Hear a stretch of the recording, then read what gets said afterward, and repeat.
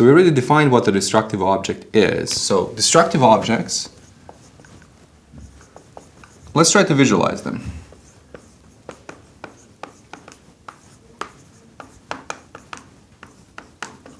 The example I used before was an email, right? And that's probably the easiest way to think about, objects and their complexity.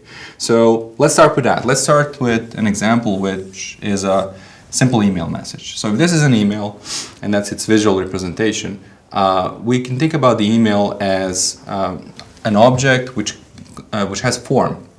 So it starts with something called email headers. So email headers at the beginning.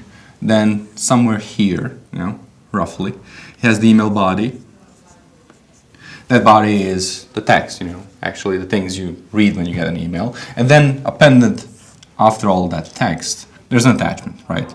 And that can be an archive or a document or anything like that. So for the purposes of explaining the complexity of objects, let's go with the zip archive, which is a really common thing to find in a lot of these emails, right? So the way our advanced static analysis platform views this object is by looking at all of its components. So when we parse an email, first we identify that and say, okay, so this is a MIME file. That MIME file is a format which describes what an email object is. So once we start parsing this email, we start collecting the metadata about the email itself. So the metadata would contain things like, well, here is who sent the email, who's receiving the email, what's the subject, and then many other properties of the emails themselves, including all the raw headers. So that would be the metadata about the email, right? But alongside the metadata, we also extract the data from the file. That data is raw data, which also includes the body. So if it's like a modern email message, then it would typically have a couple different file formats just describing what the body is. So that could be a textual format, just raw text, or it can be a rich text file, or it could be an HTML. So all of these options just describe the contents of the email, and they themselves, are trying to convey the exact same information. So if you have an email reader which is incapable of rendering HTML, for example, you would have a text to display instead. So all these options are just the contents, and then additionally you have attachments. So attachments then get also parsed, extracted, and from them you get the additional files which are contained within those attachments. But before we even get there, we have to parse the email body. So the email body also contains additional metadata information. Depending on what the file format actually is, there can be multiple.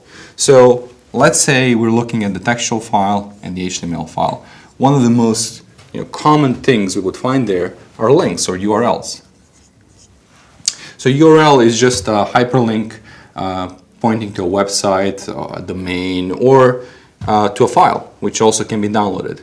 So right by starting our analysis of this destructive object, we identified this is an email, we extracted the metadata about the email, we extracted the body and all of its forms, we found all the URLs, and now we're going through the attachments. Any part of this could be malicious. So a sender could be a malicious sender, could be somebody impersonating this particular person, and that's essentially what BEC attacks are. Somebody posing as a CEO, trying to get you to either click on a link or open up an attachment, all with the intent to infect the environment.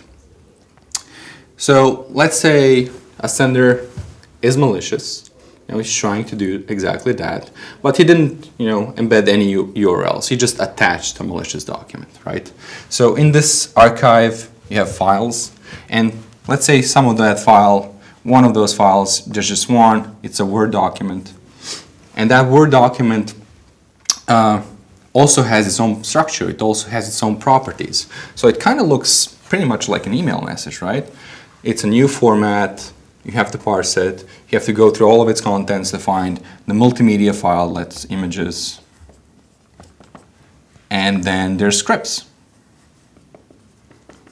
And that's where the crux of this attack is. So the attacker is trying to get you to open this Word document, and then once you open it, the scripts which are embedded within this Word document are going to carry out the malicious attack. So what happens is the scripts or macros are just like programming languages, really. So it's something a human wrote, and the idea behind that script is to automate the attack, right? To start downloading additional components. So the script calls up programmatic functions which start downloading files. So download. That's the intent. So the reason why this is hard to detect is because these scripts, are obfuscated. They're not really straightforward to read. They're meant, to be exactly the opposite, to be hard to read, hard to interpret, and hard to write rules to detect their original behavior and to be able to block them. So that's why detecting these kinds of attacks is not easy. But its ultimate goal is to download a file, right? And that's where the computer gets infected. So the download actually downloads something called an executable. So that's a file created for Windows. It's in the portable executable file format. And again, another structure. That's why these destructive objects are complex, because there's just layers of complexity built upon each other. And these portable executable formats are main applications for Windows, but they also have their own structure, which is kind of similar to everything else. So they have their own headers, and they have their code there, and they have data, and they have data appended to that data, and we call that overlay. So all of that to carry out this malicious attack, right? So the way we identify these attacks is at any stage, right? Either detecting the malicious sender, either detecting malicious URLs if they're present, either by detecting encrypted scripts in these documents, either by detecting the actual malicious payload at the very end, as this is a malicious carrier. So all these things, are basically points in this attack where we can actually stop the attack itself. But the complexity doesn't stop. It just gets more and more complicated as we move on, because even how we had the compression right here at the beginning, and then also the Word documents are themselves compressed, the executable files can also be compressed. And their code can be obfuscated and compressed and protected, obscuring its intent. So that is where our advanced static unpacking technology also needs to work and decompress this file to another executable file, which shows the true behavior of this application.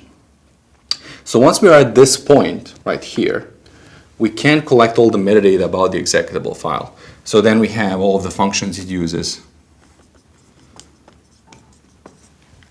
and all of the things it imports, and everything about the executable file here is known.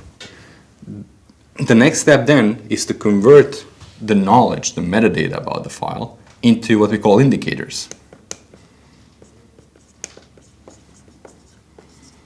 And these indicators are just really human readable descriptions of intent. So we're just trying to describe what this ultimate payload is going to do on the machine it's trying to infect. And these are really simple to understand. These are, it's going to try to download additional files, for example. That's one of the behaviors. It's going to try to copy itself to system folders. It's going to try to encrypt files, and so on and so forth. That description of behavior is something we use to classify files. So indicators themselves are used to train machine learning models to do classification. And once we train the machine learning model based on these human readable indicators is where we get explainable machine learning. So the reason why the result of our machine learning classifications is explainable is because it's built solely on the indicators that the human can understand. So once you get that ultimate classification which says this file right here is ransomware, you know, and you have that, added confidence that that classification is correct because you have the indicators which accurately describe the behavior of that ransomware file. And all this complexity is just the tip of the iceberg. Our advanced static unpacking technologies support over 400 different file formats today in this particular way to analyze them fully, to extract the metadata, and unpack them if they are packed. And additionally, we can identify more than 4,000 different file formats as well. So that's what a destructive object is. That's its end goal. And it's hidden behind all of these complexities.